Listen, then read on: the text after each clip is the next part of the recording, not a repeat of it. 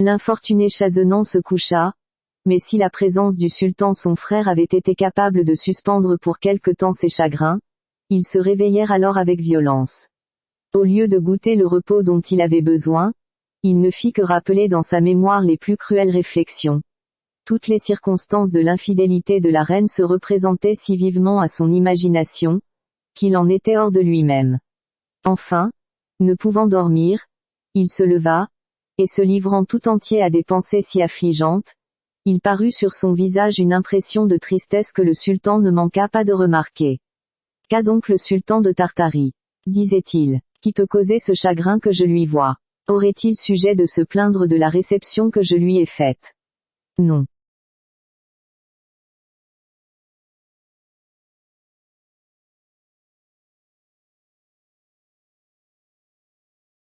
Je l'ai reçu comme un frère que j'aime, et je n'ai rien là-dessus à me reprocher. Peut-être se voit-il à regret éloigné de ses états ou de la reine sa femme. Ah, si c'est cela qui l'afflige, il faut que je lui fasse incessamment les présents que je lui destine, afin qu'il puisse partir quand il lui plaira, pour s'en retourner à Samarcande. Effectivement, dès le lendemain il lui envoya une partie de ses présents, qui étaient composés de tout ce que les Indes produisent de plus rare, de plus riche et de plus singulier. Il ne laissait pas néanmoins d'essayer de le divertir tous les jours par de nouveaux plaisirs, mais les fêtes les plus agréables, au lieu de le réjouir, ne faisaient qu'irriter ses chagrins.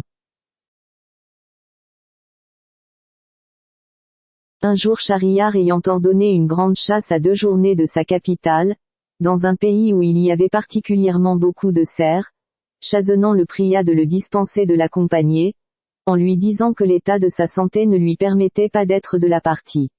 Le sultan ne voulut pas le contraindre, le laissa en liberté, et partit avec toute sa cour pour aller prendre ce divertissement. Après son départ, le roi de la Grande Tartarie, se voyant seul, s'enferma dans son appartement. Il s'assit à une fenêtre qui avait vue sur le jardin. Ce beau lieu et le ramage d'une infinité d'oiseaux qui y faisaient leur retraite, lui auraient donné du plaisir, s'il eût été capable d'en ressentir, mais toujours déchiré par le souvenir funeste de l'action infâme de la reine, il arrêtait moins souvent ses yeux sur le jardin, qu'il ne les levait au ciel pour se plaindre de son malheureux sort.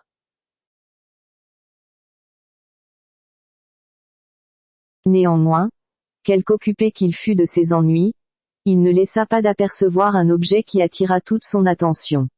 Une porte secrète du palais du sultan s'ouvrit tout à coup, et il en sortit 20 femmes, au milieu desquelles marchait la sultane d'un air qui la faisait aisément distinguer. Cette princesse, croyant que le roi de la Grande Tartarie était aussi à la chasse, s'avança avec fermeté jusque sous les fenêtres de l'appartement de ce prince, qui, voulant par curiosité l'observer, se plaça de manière qu'il pouvait tout voir sans être vu. Il remarqua que les personnes qui accompagnaient la sultane, pour bannir toute contrainte, se découvrirent le visage qu'elles avaient eu couvert jusqu'alors, et quittèrent de longs habits qu'elles portaient par-dessus d'autres plus courts. Mais il fut dans un extrême étonnement de voir que dans cette compagnie qui lui avait semblé toute composée de femmes, il y avait 10 noirs, qui prirent chacun leur maîtresse. La sultane, de son côté, ne demeura pas longtemps sans amant, elle frappa des mains en criant « Massoud, Massoud », et aussitôt un autre noir descendit du haut d'un arbre, et courut à elle avec beaucoup d'empressement.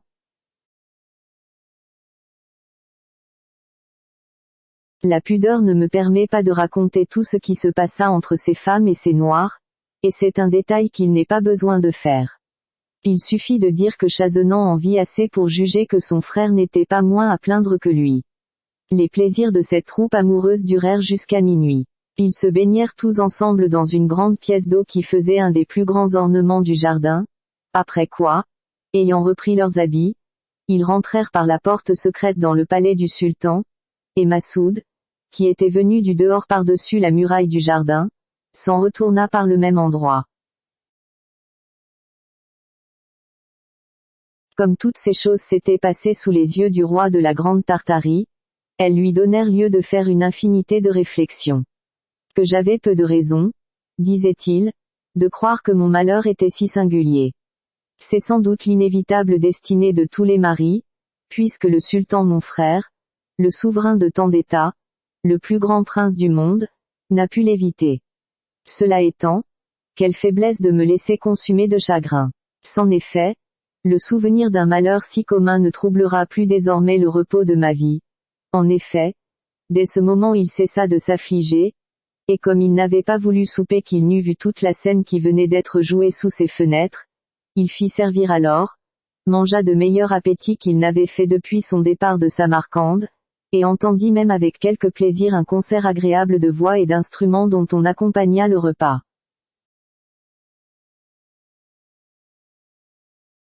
Les jours suivants il fut de très bonne humeur, et lorsqu'il sut que le sultan était de retour, il alla au-devant de lui, et lui fit son compliment d'un air enjoué. Schahriar d'abord ne prit pas garde à ce changement, il ne songea qu'à se plaindre obligeamment de ce que ce prince avait refusé de l'accompagner à la chasse, et sans lui donner le temps de répondre à ses reproches, il lui parla du grand nombre de cerfs et d'autres animaux qu'il avait pris, et enfin du plaisir qu'il avait eu. Chazennant, après l'avoir écouté avec attention, prit la parole à son tour. Comme il n'avait plus de chagrin qui l'empêchât de faire paraître combien il avait d'esprit, il dit 1000 choses agréables et plaisantes. Le sultan, qui s'était attendu à le retrouver dans le même état où il l'avait laissé, fut ravi de le voir si gai. Mon frère, lui dit-il, je rends grâce au ciel de l'heureux changement qu'il a produit en vous pendant mon absence, j'en ai une véritable joie, mais j'ai une prière à vous faire, et je vous conjure de m'accorder ce que je vais vous demander. Que pourrais-je vous refuser? Répondit le roi de Tartarie. Vous pouvez tout sur Chazennant. Parlez. Je suis dans l'impatience de savoir ce que vous souhaitez de moi. Depuis que vous êtes dans ma cour, reprit Schahriar, je vous ai vu plonger dans une noire mélancolie, que j'ai vainement tenté de dissiper par toutes sortes de divertissements. Je me suis imaginé que votre chagrin venait de ce que vous étiez éloigné de vos états, j'ai cru même que l'amour y avait beaucoup de part, et que la reine de Samarcande, que vous avez dû choisir d'une beauté achevée, en était peut-être la cause. Je ne sais si je me suis trompé dans ma conjecture, mais je vous avoue que c'est particulièrement pour cette raison que je n'ai pas voulu vous importuner là-dessus, de peur de vous déplaire. Cependant, sans que j'y ai contribué en aucune manière, je vous trouve à mon retour de la meilleure humeur du monde, et l'esprit entièrement dégagé de cette noire vapeur qui en troublait tout l'enjouement. Dites-moi, de grâce, pourquoi vous étiez si triste, et pourquoi vous ne l'êtes plus. À ce discours, le roi de la Grande Tartarie demeura quelque temps rêveur, comme s'il eût cherché à y répondre. Enfin il repartit dans ces termes, vous êtes mon sultan et mon maître, mais dispensez-moi, je vous supplie, de vous donner la satisfaction que vous me demandez. Non, mon frère, répliqua le sultan, il faut que vous me l'accordiez, je la souhaite, ne me la refusez pas. Chazennant ne put résister aux instances de Schahriar. Eh bien, mon frère, lui dit-il, je vais vous satisfaire, puisque vous me le commandez. Alors il lui raconta l'infidélité de la reine de Samarcande, et lorsqu'il eut achevé le récit, voilà, poursuivit-il, le sujet de ma tristesse, jugez si j'avais tort de m'y abandonner. Oh mon frère, s'écria le sultan d'un ton qui marquait combien il entrait dans le ressentiment du roi de Tartarie, quelle horrible histoire venez-vous de me raconter? Avec quelle impatience je l'ai écoutée jusqu'au bout. Je vous loue d'avoir puni les traîtres qui vous ont fait un outrage si sensible. On ne saurait vous reprocher cette action, elle est juste, et pour moi, j'avouerai qu'à votre place j'aurais eu peut-être moins de modération que vous. Je ne me serais pas contenté d'ôter la vie à une seule femme. Je crois que j'en aurais sacrifié plus de 1000 à ma rage. Je ne suis point étonné de vos chagrins, la cause en était trop vive et trop mortifiante pour n'y pas succomber. Au ciel, quelle aventure! Non, je crois qu'il n'en est jamais arrivé de semblable à personne qu'à vous. Mais enfin il faut louer Dieu de ce qu'il vous a donné de la consolation, et comme je ne doute pas qu'elle ne soit bien fondée, ayez encore la complaisance de m'en instruire, et faites-moi la confidence entière. Chazennant fit plus de difficultés sur ce point que sur le précédent, à cause de l'intérêt que son frère y avait, mais il fallut céder à ces nouvelles instances. Je vais donc vous obéir, lui dit-il, puisque vous le voulez absolument. Je crains que mon obéissance ne vous cause plus de chagrin que je n'en ai eu, mais vous ne devez vous en prendre qu'à vous-même, puisque c'est vous qui me forcez à vous révéler une chose que je voudrais ensevelir dans un éternel oubli. Ce que vous me dites, interrompit Schahriar, ne fait qu'irriter ma curiosité. Hâtez-vous de me découvrir ce secret, de quelque nature qu'il puisse être. Le roi de Tartarie, ne pouvant plus s'en défendre, fit alors le détail de tout ce qu'il avait vu du déguisement des Noirs, des déportements de la sultane et de ses femmes, et il n'oublia pas Massoud. Après avoir été témoin de ces infamies, continua-t-il, je pensais que toutes les femmes y étaient naturellement portées, et qu'elles ne pouvaient résister à leur penchant. Prévenu de cette opinion, il me parut que c'était une grande faiblesse à un homme d'attacher son repos à leur fidélité. Cette réflexion m'en fit faire beaucoup d'autres, et enfin je jugeai que je ne pouvais prendre un meilleur parti que de me consoler. Il m'en a coûté quelques efforts, mais j'en suis venu à bout, et, si vous m'en croyez, vous suivrez mon exemple. Quoique ce conseil fût judicieux, le sultan ne put le goûter. Il entra même en fureur. Quoi dit-il ? La sultane des Indes est capable de se prostituer d'une manière si indigne. Non, mon frère, ajouta-t-il, je ne puis croire ce que vous me dites, si je ne le vois de mes propres yeux.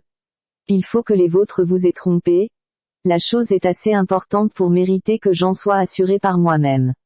Mon frère, répondit Chazennant, si vous voulez en être témoin, cela n'est pas fort difficile, vous n'avez qu'à faire une nouvelle partie de chasse, quand nous serons hors de la ville avec votre cour et la mienne, nous nous arrêterons sous nos pavillons, et la nuit nous reviendrons tous deux seuls dans mon appartement.